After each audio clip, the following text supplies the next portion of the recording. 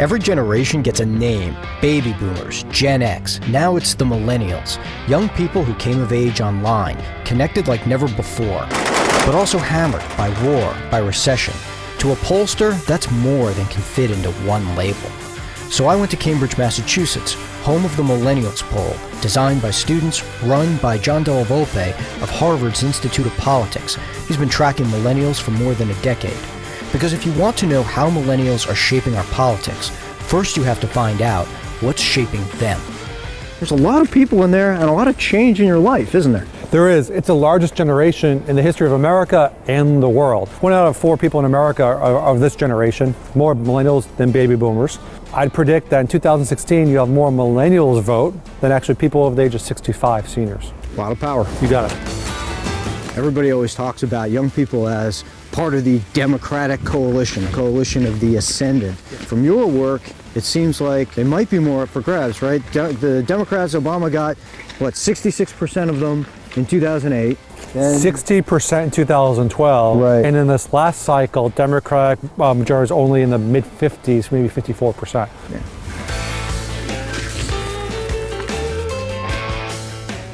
What do you get that everybody else misses because you have young people actually designing the study? I think there are 2 halves to this generation. The first half of the generation, which rallied around the movement that became Obama in 2008, is very different than the generation that will vote for the first time this past cycle or the next cycle. But the younger half of this generation, they didn't come of age during kind of the hope and change movement of 07, 08 with Obama. They came of age during the Great Recession and gridlock in Washington, D.C. You know, a place where they saw their friends, neighbors, parents, grandparents lose things: jobs, cars, houses. It's very emotional when you have that kind of conversation with a 25-year-old young person today. That story is probably not well told yet in terms of the impact that the recession had on the kind of the younger aspect of millennials. Is it different for this generation than it was for previous generations when they were young? I asked a series of questions. What's the most important goal? Doing something they could feel proud of was what they were most looking forward to. It wasn't about making a lot of money or buying stuff.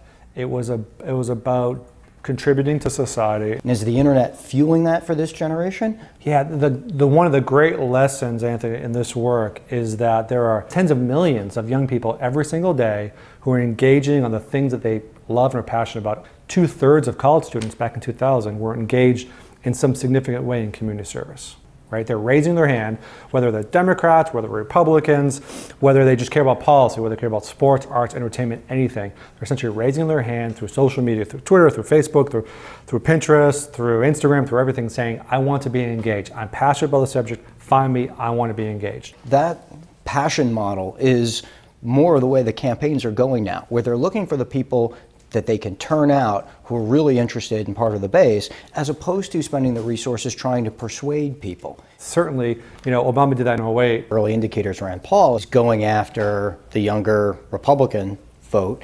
Would see a segment of the electorate that was basically checked out 5 or 6 years ago. They couldn't relate to either party. They're now becoming a little bit more libertarian. I don't think that this generation felt like they were getting a lot of help or support from Republicans or Democrats in Washington, D.C., right?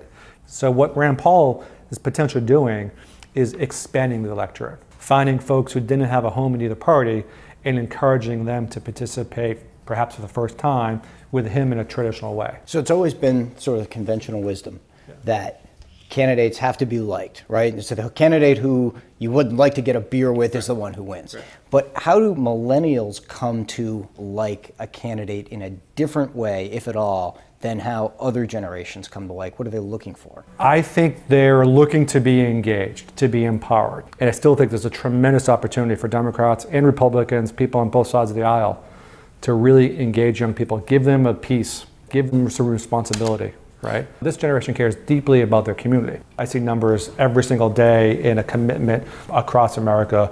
It's who they are.